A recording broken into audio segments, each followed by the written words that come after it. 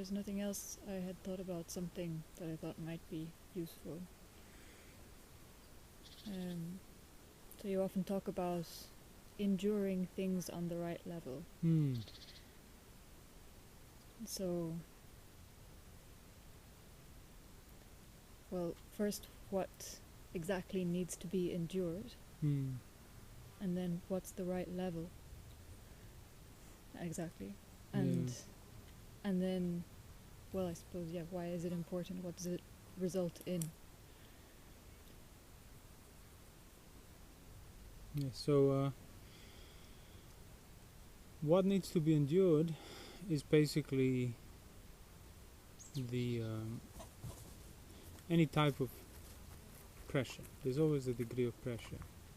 So you're not enduring some random abstract ideas or things that are not whose emotional weight is not felt. So it's always that's why it's like the importance, like all things converge on feelings, as Buddha said. That's basically where you find what you need to endure, what you need to not act out of.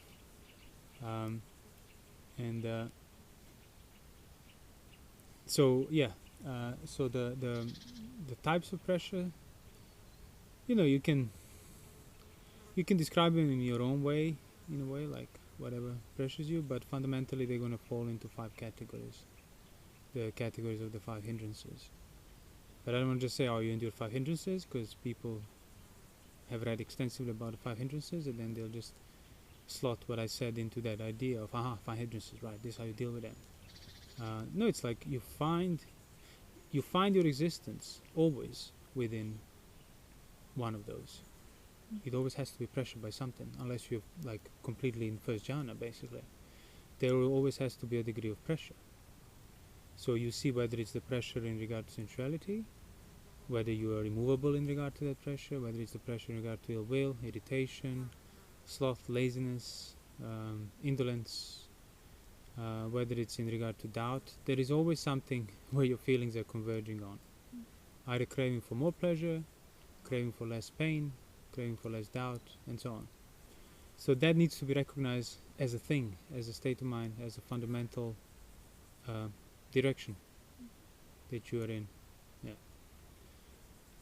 What does it mean to endure it on the right level? Well, it means basically to see it to its extent as phenomena, to see it as a thing there, as we spoke before, independent of space or time or your actions that come out of it. It's just there on its own, and to that extent it has arisen, and to that extent it's manifested. And you need to kind of see, like, people might recognize sensual desire in their mind or ill will, but they recognize it with with a whole set of assumptions. This ill will, it's in my brain, it's in my mind, it's the hormones, it's the electrons, it's the body, it's this, it's that.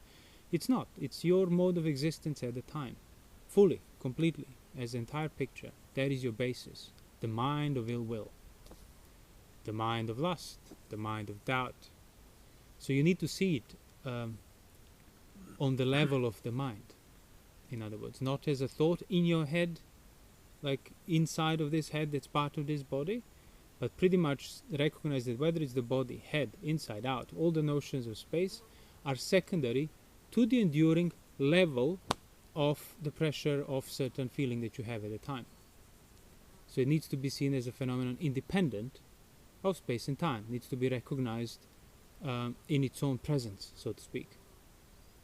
And then, obviously, the only way you can recognize that is if you have not been acting out of it habitually, which is already furthering that division, inside, outside, sense organs, sense objects, from here to there, in between the two, left and right. But all of that is within the enduring capsule of a certain hindrance. So you can't put a hindrance in front of you as an object of your experience, and you certainly can't measure it in space and time, but you can certainly you can feel its pressure, you can feel its weight. And that abstract kind of recognition, seemingly abstract recognition, it's abstract because the mind is not trained in regard to it, but if you were to stop and ask yourself, is there are there even traces of sensuality, or is there a possibility of a non-arisen sensual desire to arise in me? Do I see that? Like, oh, if I were to do this, this, and this, would sensuality arise? Recognizing that, that's a phenomenon real as such. That possibility, that reality, that liability. And you need to see it enduring there. Regardless of what you do, where you look, where you sit, how you go, you need to see it independent of your movement, of your body, of your division in, out, mine, yours, world, science, everything else. That's what it means you need to see it as phenomena. You need to recognize that it's real as such in its own extent, wherever it has arisen, whichever way it has arisen. So you don't need to perceive it directly with your eyes in order for it to be real. You just need to be aware of it. And you are aware of it. So when you recognize also anything I can be aware of, means it's real as such, within that level, within that domain. Sure, it's not real in the domain of sights, because I can't see it there. It doesn't exist there. But it's certainly real in the domain of thoughts, in the domain of images, in the domain of feeling, and so on.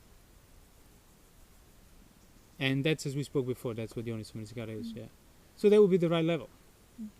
So you start seeing the hindrances first as the cornerstones, the kind of converging point, kind of we're trying to make you act, or you're trying to prolong pleasures, avoid pains. So even if there is not an acute sensual desire present, as I said before, if you're still valuing sensuality, hoping it will come, hoping you'll get some more later on and so on, that is still operational within the hindrance of sensual desire, within that direction, within that pressure. Why? Because the notion of pleasure, in that most kind of remote mental sense of an image of agreeability, is not seen real as such. It's not seen real as an image that directs your experience and then makes you crave for more. It's seen as a fleeting thought in regard to the more kind of real senses and even realer gratification that I get on account of sense objects. But all of that is known only because you have that thoughts there throughout that whole project of chasing sensuality. Like, how would you know that touching something is pleasant before you touch it? How would you crave for it? How would you crave for its pleasure before you actually made the physical contact with seemingly where the pleasure comes from, which is the sense object? That would be inconceivable. Yet here you are acting, protecting, fighting to gain, to get that sense of touch, sight, sound, smell, taste, touch, whatever it is, before you actually touch it, contact it. Because pleasure is already rooted in your mind. That's already that image that exists, that defines everything else, yet you think it's just an abstract fleeting thought. You don't recognize the weight of it. And person wouldn't recognize it because they would just be habitually acting out of it. And as I said, through acting out of it, you are perpetuating that gratuitous, completely false division of, oh, this is inside, this is outside, that's real, this is not as real, and so on. But if you start recognizing that, no, hold on, it's real as such. Like, how do I know that this is pleasant before I even look at it? How do I know where to look for pleasure? If pleasure comes from the contact of the sense objects onto my sense organs, only time I can know it is while I'm being contacted. Yet here I am planning, devising how to get it in the future. And you are equally gripped by that fever of sensual desire in your thoughts, even before you actually touch the objects that you crave for. Quite often, after touching the objects or tasting the objects you crave for, it's like, it's a letdown. It wasn't as good as your thoughts were presenting the pleasure there. So it needs to be seen real as such, on that level. And that's how you stop gratuitously emphasizing the sense objects. But first you need to be withdrawn from them. Right? Same with ill will. Again, like, you might have a hateful attitude towards sight, sound, smell, taste, or touch, but fundamentally that attitude precedes the actual contact with those hateful objects. It's already in your mental framework. The disagreeability of it, the annoyance, the irritation. And you don't see that phenomenon real as such enduring there. And by overlooking it, that's it. You are under its pressure. That's all it takes. Look past the hindrance. Don't recognize it where it is, to the extent that it is, real as such, independent of space and time. That's all it takes for it to hinder you. Just to not see it. You are already under its influence. And then the goal of that would be exactly exactly that. Freedom from pressure. Freedom from 5 modes a pressure can assume.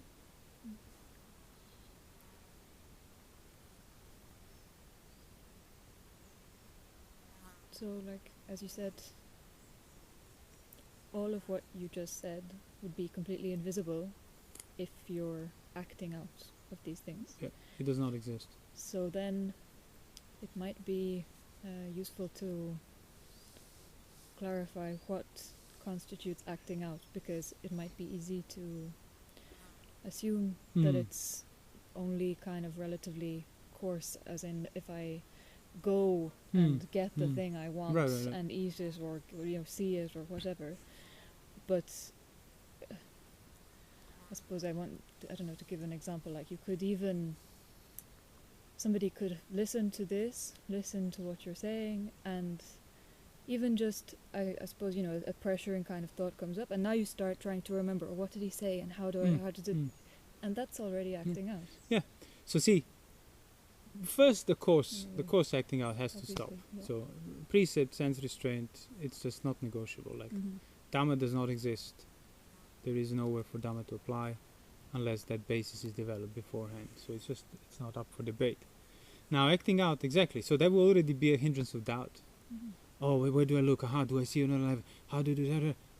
And the skill there, inevitably you're trying to deal with one hindrance, you're going to get caught into another one, and so on. Then you're going to get angry.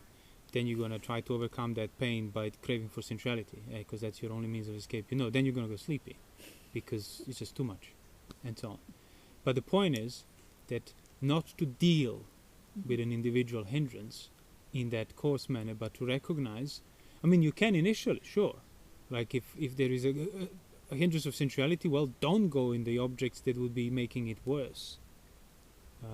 If you are completely just sleepy and lazy, well, get off the comfortable couch. Don't lay on it, because obviously it's just common sense.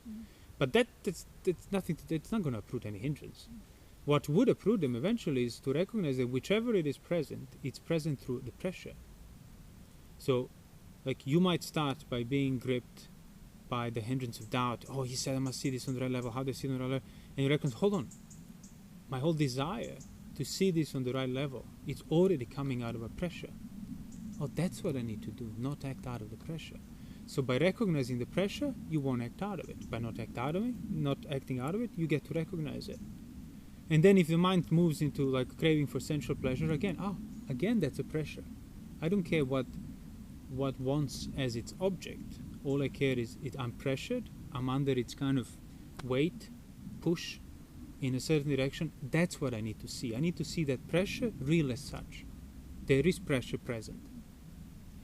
So and then endure the pressure in that sense. Because see, once you see through the hindrance, the pressure, its force basically, where it has influence over you, the actual object and the content of the hindrance you already surmounted. By recognizing the pressure of it, you're already not that much directed on sensual objects as you were before. Same with the doubt. Sure, if you kind of overlook the pressure again, try to get rid of it, you're going to fall into the objects presented. Doubt and figure out, or sense objects, or anger. But if you actually recognize the pressure as a necessary basis for any content of the hindrance, you are already uninvolved with the content. You're already closer to uprooting it. That's what I was going to say. So like if you recognize that pressure in any way for anything, you don't necessarily even need to kind of, classify it into this exactly. Is this, or that's what I said. You can describe it in your own way. Yeah. The suttas describe it 5 hindrances, because that's all, but I'm sure not all of the monks would necessarily see them back in the day. They had probably their own ways, but what they all had in common was the pressure. So where would you find that pressure? So where would you find if there is a presence of pressure or possibility of the pressure increasing and so on? Where do you look for it? Where is the level for that? Feeling, exactly. So you would know that if there is a feeling, to the degree that there is a feeling, to that degree there is a pressure. Any feeling. Any feeling, yeah. Any feeling, yeah. So pleasant feeling, that's a pressure. Unpleasant feeling, that's a pressure. Neutral feeling, that's a pressure, yeah. Pressure then when known, it's not unpleasant. when not known, is unpleasant. But fundamentally, there is always a pressure for as long as you're not an arahant. Obviously, it's not always the same degree of pressure. For somebody whose mind is free, partially free, and so on, he's obviously going to have less things pressuring him because there are less fetters there. But the point is, you need to recognize that, it's not like, I'm free from pressure now and I'm not an arahant. That's impossible. So there's always going to be a degree of feeling. To that extent, there is a degree of pressure. To that extent, there is a potential for hindrance. If you don't see that pressure on the level that it exists as a phenomenon, neither inside nor outside, neither in my head nor in the world, but here, real as such, the most real thing, directs your whole existence, shapes your whole life decisions and everything else, emotional needs and so on, and pressures. If you don't see it on that level, that's where it starts to hinder you.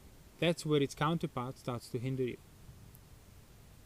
But if you see it as a pressure, it cannot. It's held in, it's basically put in place. It's recognized for what it is, the beautiful, the ugly, the lack of energy, restlessness, again, like natural phenomenon in a way. But they don't need to, they hinder you when you are not developed in regard to their pressure. If you're developed in regard to their pressure, they cease to be hindrances. But those things that were hindering you, those contents, those objects, they do remain. Yeah, there's the sutta, I don't remember the reference now, maybe I can. It describes exactly that. When rightly attended, they cease to be the hindrance, but they remain that which they were before they hindered you. But obviously, you don't start unhindered. You don't start by having a pure sign of beauty that then develops into sensuality. No. Mind not free from hindrances starts with sensuality. So you can only undo the degree of that sensuality and then discover that there is a pure sign of beauty, a pure sign of agreeable. But, attended rightly, cannot bring lust to increase in you. Impossible. Attended rightly to what? Well, to that sign, to that pressure, to its characteristics and its core. But I think, it's kind of about seeing what genuinely helps you in that sense, as in not just kind of doing what you have thought you are supposed to do, as in there can be a difference between those two. Well, it's again, if you think you should do what you're supposed to do, you're not looking for the pressure, you're just acting out to get rid of the discomfort, which is exactly what hindrance wants you to do. That's the whole point. Hindrance doesn't care if you follow through and how far you go. As long as you act out of the pressure, that's all that matters. You're already caught, you're already hindered. How far you go and whether you get your gratification or not, that's all irrelevant. That's only important to you because you're already caught. If you were to see that pressure as a phenomenon, like you were describing just now, correctly, that pressure would not be felt. And if you think you see it rightly as a phenomenon, but there is still that pressure, you are overlooking something. Yeah, and that's the practice there, because initially, naturally, you emphasize your view. That's why the views are kind of the most blameworthy thing or the best thing that can free you. See, like, you have a criteria whereby when the pressure is seen rightly, it ceases to pressure you, but it might not feel right to you. So if you still emphasize that, it doesn't feel right, I need to see it again until it feels right, that's already your view being put first. Yeah, that's already under the pressure. So that's where that kind of intelligence and understanding and discernment starts to sort of play the part, where you recognize, okay, I know what's right though. I understood that rightly seeing pressure means not being pressured there and then, while the pressure remains. That which pressures you remain, let's say it that way. So I just need to abstain and refrain from overly defining it so to slot and fit what I expected fitting to be. And just pretty much out of faith, stick to the right level, because you recognize, well, but hold on, my goal is not to satisfy my intellectual need for clarity and fit, but my goal is to be free from suffering. So I've come halfway up, And there is freedom from suffering to that at that degree, at that extent. But now I kind of carry on more to fit it even better in a satisfactory manner. So it's like, but if I don't do that, I still have nothing to lose. Like, if I don't give in to that pressure to overly clarify freedom from doubt and this hindrance and that hindrance, but actually just stay with where the pressure is, recognize it to the extent that I'm not pressured towards things that he wants me to go. It's like, yeah, I have nothing to lose there. Like, it's uncomfortable only because of your need to kind of overly do it, overshoot the mark. So that's what I mean, like, I was going to ask you, like, what body posture are you now? Sitting. Like, did you have to stop and think about it? Did you have to get up? You already know that. So it's like, sometimes when there is too much of a desire to, like, figure it out and understand, you stop seeing the obvious. That is still there, such as body. Is still there, even if you don't explicitly think about it. So it's to learn how to keep seeing it without explicitly thinking about it. That's the point. And that's the body postures that you can contemplate, or the nature of the body, the universal nature of the organs, regardless of the situation, regardless of the emotional and so on. Because those things would set in. So then they become that which your body is. That's how you see it correctly. But the body is already there. The way of attending to this here and now, it's already on the basis of body being in a certain position here and now. It's like it cannot be elsewhere. So it's more like you undoing that expectation to find the body only after you think about it on your own terms, because it's already there. So it's like, I can think about it to find it, or I can refrain from thinking and look, it's already there. And then that's the direction that everything else goes. First, you need to pick it up with your craving to know what to look for. But then if you're doing it rightly, time recognizes, oh, I'll find it by not actually actively engaging with this craving in that direction. By, pick it up so I know what to recognize, but recognition is over there.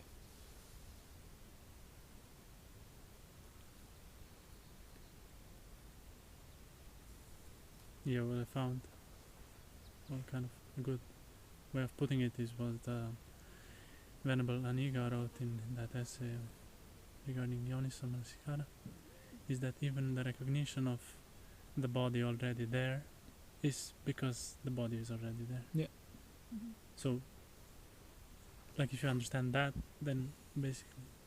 Well, it's the question of understanding it once. It's a question of training yourself to keep seeing it that way. So, like, let's say you are able to endure things on the right level to the extent that the pressure is not felt, at least once or something, then is there something else you need to do? More? Well, you just need to make sure that you always stay above those pressures then. But there's not... As in, there's not really more you need to kind of do on top of that. Well, there is, but that can become only apparent once you're thoroughly above the pressures. Because, but the suttas do say what you need to do. When you get established in not being moved by any pressure, when it's completely equanimous, peaceful, immovable, quite delightful, now you regard that the same way as you did the pressures. Oh, this is also a death, a boil, a dart, affliction. I'm better off even not having this. So then your mind turns away even from that first jhana. And that's where the whole asava, all of the asavas will have to be uprooted. Nothing can remain lingering. But obviously that's a bit in order to do that, first establish yourself in the entire peace, that no hindrance can move you. And then this will kind of, I won't say it would come naturally, but with all the suttas that we already know, there is no way that then you would not, oh, hold on, well, this too, actually. It would be better if, if it were not there to begin with, certainly.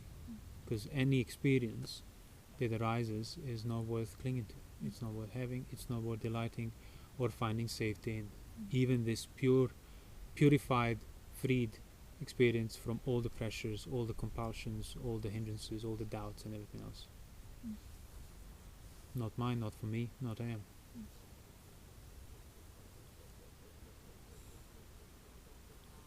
Because that experience of being free from pressures and hindrances is real as such.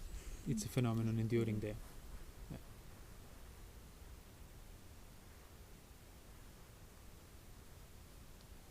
Phenomenon where the directionality of affirming or denying is completely evened out. So it's completely even. There is no more leaning forward nor against. But it's still real as such. That middle ground is real as such. And if you see it, means, oh, you will know it as impermanent, unownable, rightly developed, but equally not worth owning either.